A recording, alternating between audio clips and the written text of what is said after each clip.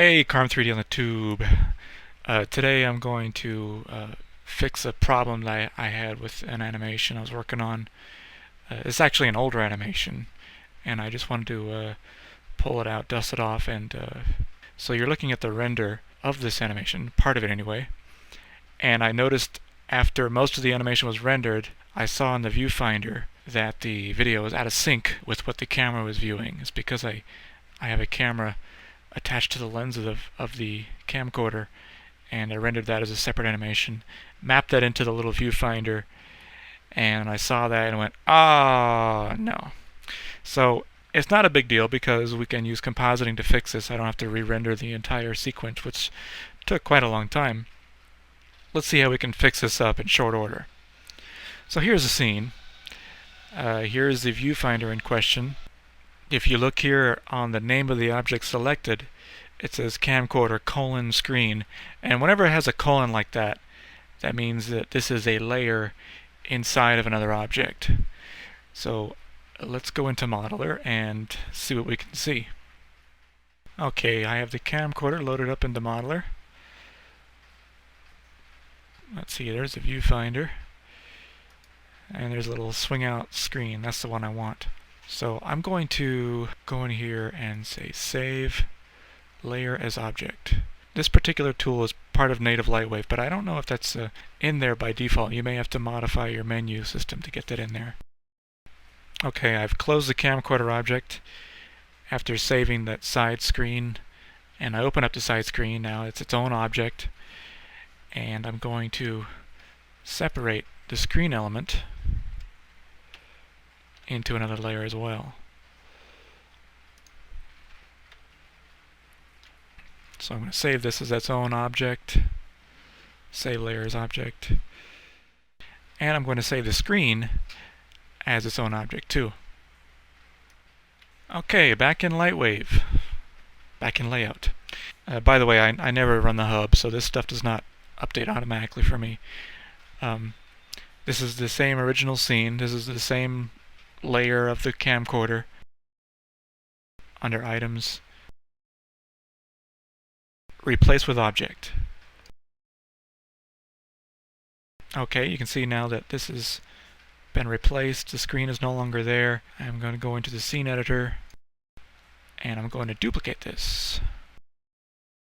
And then I will replace this layer with the separate screen element. Okay, now let me put on wireframe so you can see what's going on. And let's go in perspective view. You can see the yellow line of the screen is selected. Maybe if I made these black, it'd be easier to see.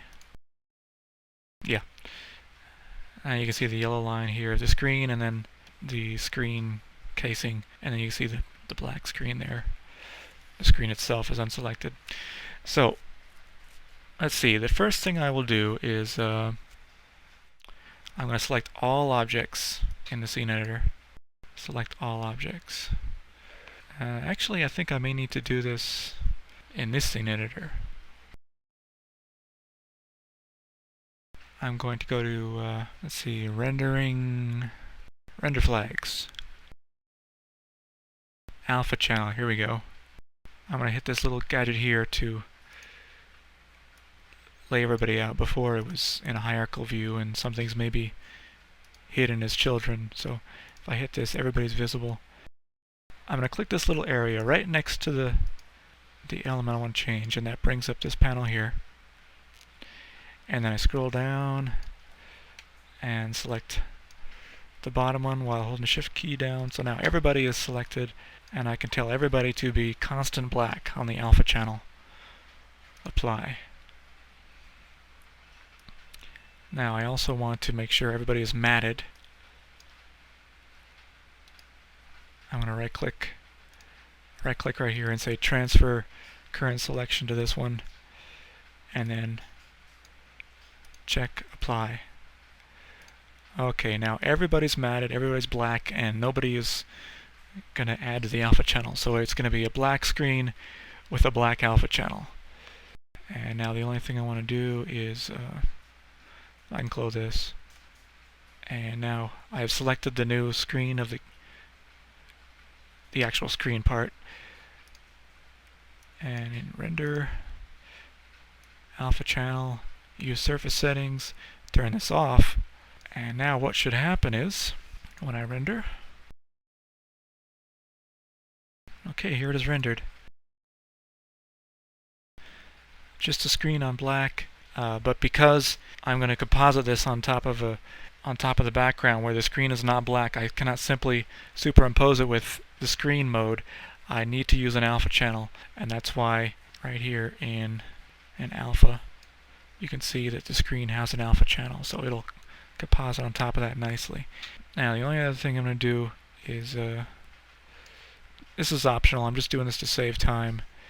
I'm going to tell this, turn off specularity. I wanted to make sure there was no diffusion, pure luminosity. And then I'm going to select all lights, hit the minus key on the numeric pad, yes to all. There must be at least one light, I know that. And then render globals, turn off shadows, turn off reflections, and we're good. The only thing now I have to do is adjust the starting frame of that animation. That would be in the image editor.